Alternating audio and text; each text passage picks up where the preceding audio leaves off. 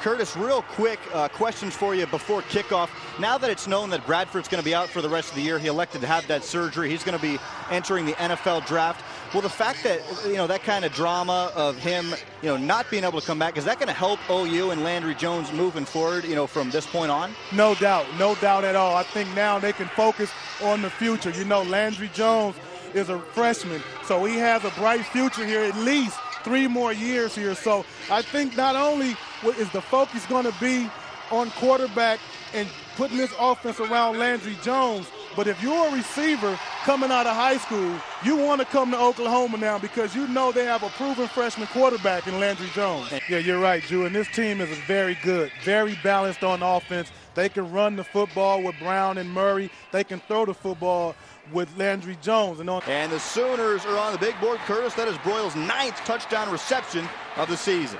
And last time we were here, Drew, Landry Jones, that was his go-to guy, Ryan Broyles. And as we saw right there, he's going right back to him.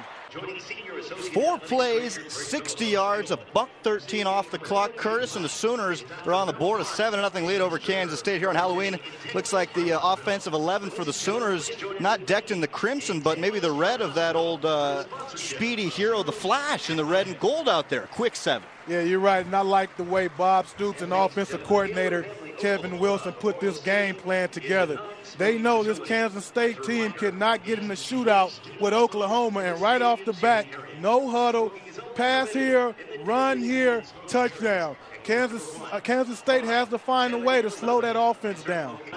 Well, if you're going to run the football, don't run it to the side. You had Army just sitting there. That guy is a beast. I mean, he can rush the passer.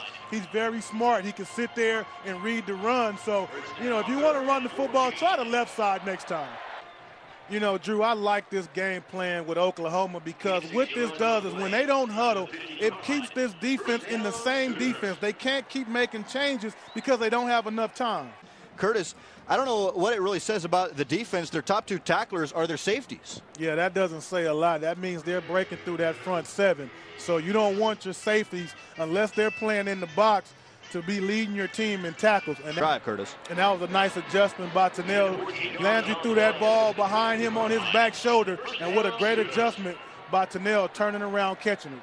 Jones out of the shotgun, little play action. DeMarco Murray throws deep over the middle. He's got him, man, but a great bat-away effort by the Kansas State secondary.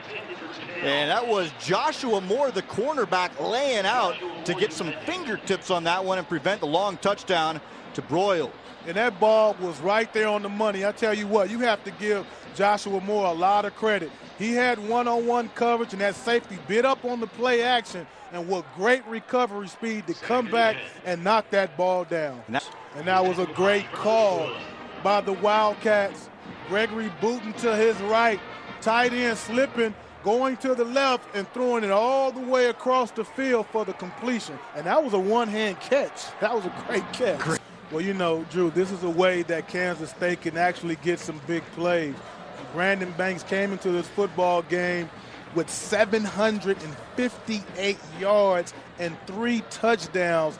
He can really get it done. If he can get some blocking on these return games, he can make some things happen. And we saw a secondary blitz on that the first time we've seen that all game to put pressure on Gregory, and he got nailed.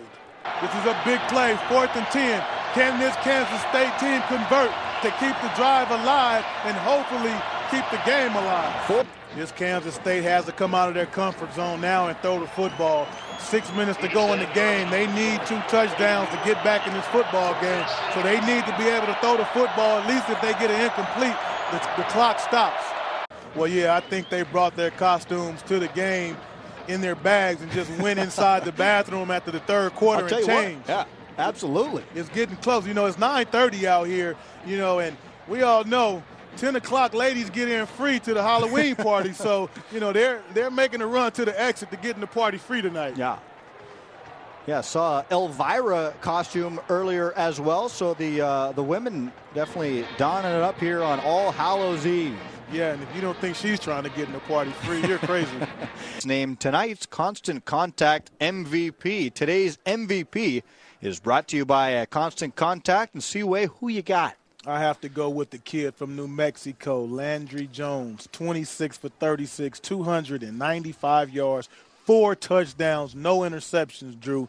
And in one point in the game, 15 straight pass completions. Yeah, and Alabama wanted to spread Tennessee out, try to see where they can get some running lanes. They know Tennessee is going to put 8 men in the box to try to slow down running back Mark Ingram. You're absolutely right, Matt. And Eric Berry, he's used to playing deep center field, one of the best safeties in the country, if not the best. This year, defensive coordinator Monty Kiffin has him playing a little closer to the line of scrimmage, and right there you saw the blitz for the sack.